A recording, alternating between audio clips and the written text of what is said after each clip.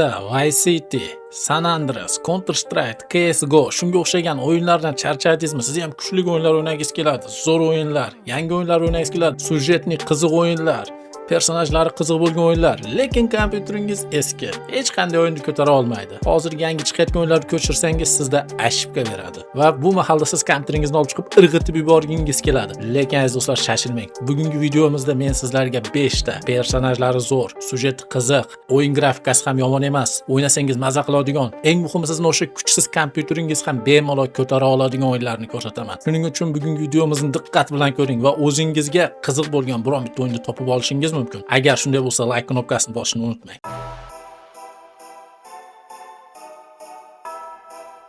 Call of Duty 4 Modern Warfare. Bu o'yin shunchaki oddiy strelka emas. Bu haqiqiy kino darajasidagi shooter.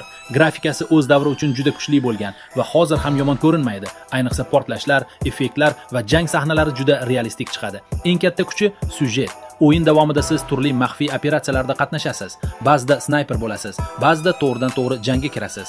Har bir missiya o'ziga xos. Bir xil joy yo'q, bir xil vazifa yo'q. O'yin sizni doimiy ravishda hayajonda ushlab turadi. Kutilmagan burilishlar, kuchli sahnalar va dramatik momentlar juda ko'p. Otishmalar esa juda yoqimli. Qurollar hissi real, dushmanlar aqlli. Har bir jang dinamik o'tadi. Eng muhimi, bu o'yin juda yaxshi optimizatsiya qilingan. Ya'ni siz uni bemalol eski, kuchsiz, hatto dinozavr kompyuterda ham o'ynay olasiz. Agar sizga kuchli syujet, realistik urush va zo'r action kerak bo'lsa, bu o'yin aniq siz uchun.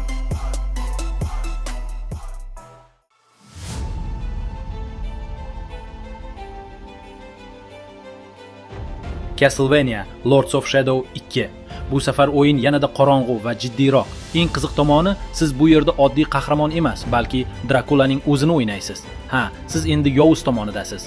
Grafikasi juda chiroyli, qorong'u shaharlar, gotik muhit, kuchli effektlar, hammasi juda atmosferali ko'rinadi.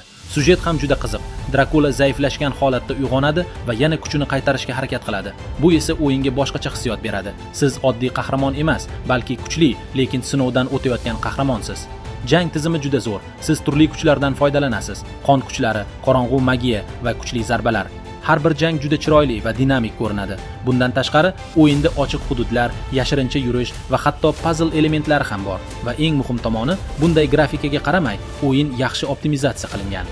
Agar sozlamalarni to'g'ri qo'ysangiz, uni kuchsiz yoki o'rtacha PC da ham o'ynash mumkin.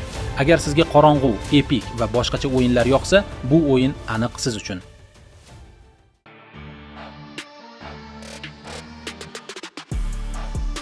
Assassin's Creed 2. Bu o'yin sizni Italiyaga, uyg'onish davriga olib boradi. Florensiya, Venetsiya, har bir shahar juda chiroyli va o'ziga xos. Siz Ezio Auditore rolini o'ynaysiz. U boshida oddiy yigit, lekin vaqt o'tishi bilan haqiqiy assassinga aylanadi. O'yinning eng kuchli tomoni aynan shu rivojlanish, ya'ni siz qahramon bilan birga o'sasiz. Syujet juda chuqur, unda oila, xiyonat, qasos va tarix aralashgan. Har bir missiya shunchaki topshiriq emas, balki hikoyaning bir qismi. Gameplay ham juda yoqimli. Siz tomlardan yugurasiz, devorlarga chiqasiz, yashirincha dushmanlarni yo'q qilasiz. Parkur juda silliq ishlaydi. Bu esa o'yinni juda zavqli qiladi. Janglar esa oddiy emas. Siz vaqtni to'g'ri tanlab qarshi hujum qilishingiz kerak. Va eng muhimi, bunday katta va sifatli o'yin bo'lishiga qaramay, u juda yaxshi optimizatsiya qilingan. Kuchsiz yoki eski PC da ham bemalol o'ynash mumkin. Agar sizga tarix, action va kuchli syujet yoqsa, bu o'yin siz uchun ideal.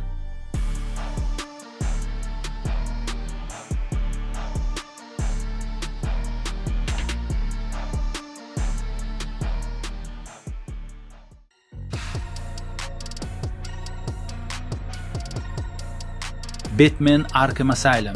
Bu o'yin super qahramon o'yinlari ichida eng sifatli va atmosferali loyihalardan biri.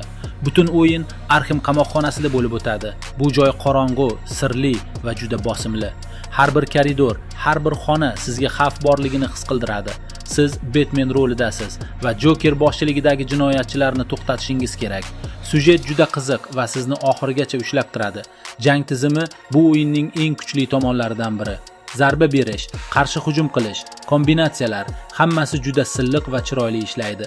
O'ynash juda zavqli bo'ladi. Bundan tashqari, stealth elementlari ham bor. Siz dushmanlarni yashirincha yo'q qilishingiz, yuqoridan hujum qilishingiz mumkin. O'yinda ko'plab puzzlelar ham bor.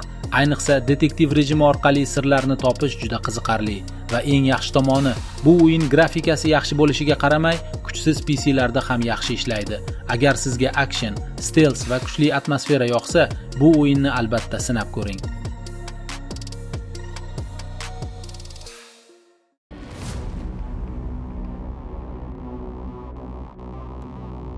Bir o'rinda Far Cry 3. Bu o'yin ochiq dunyo shooterlar ichida eng zo'rlardan biri hisoblanadi.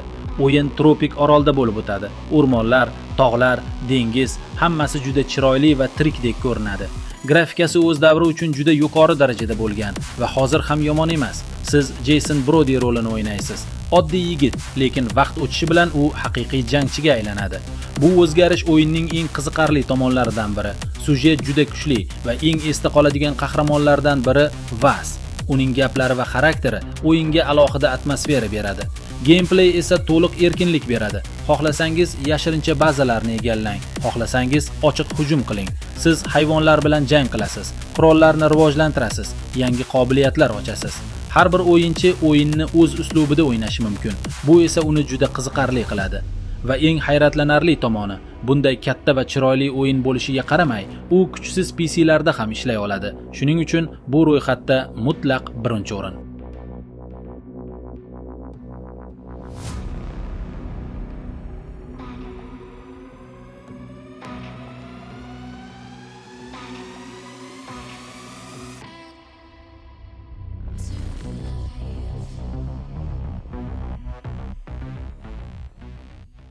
Kelishuvimiz esingizda do'stlar. Biron bitta o'yin sizga yoqqan bo'lsa, biron bitta o'yinda o'ynab maza qilgan bo'lsangiz, обязательно like knopkasini bosasiz. Chunki bu hali hammasi emas. Biz hali kelajakda yana yangi videolar chiqaramiz. Yana o'sha sizni kuchsiz, dinozavr davrida qolib ketgan kompyuteringiz ham ko'tara oladigan, yaxshi sujetli, grafikasi ham pand bermaydigan, o'ynab maza qiladigan o'yinlaringizni chiqaramiz. Shuning uchun обязательно do'stlar, подписаться knopkasini bosib, bizni kuzatib borishni davom eting.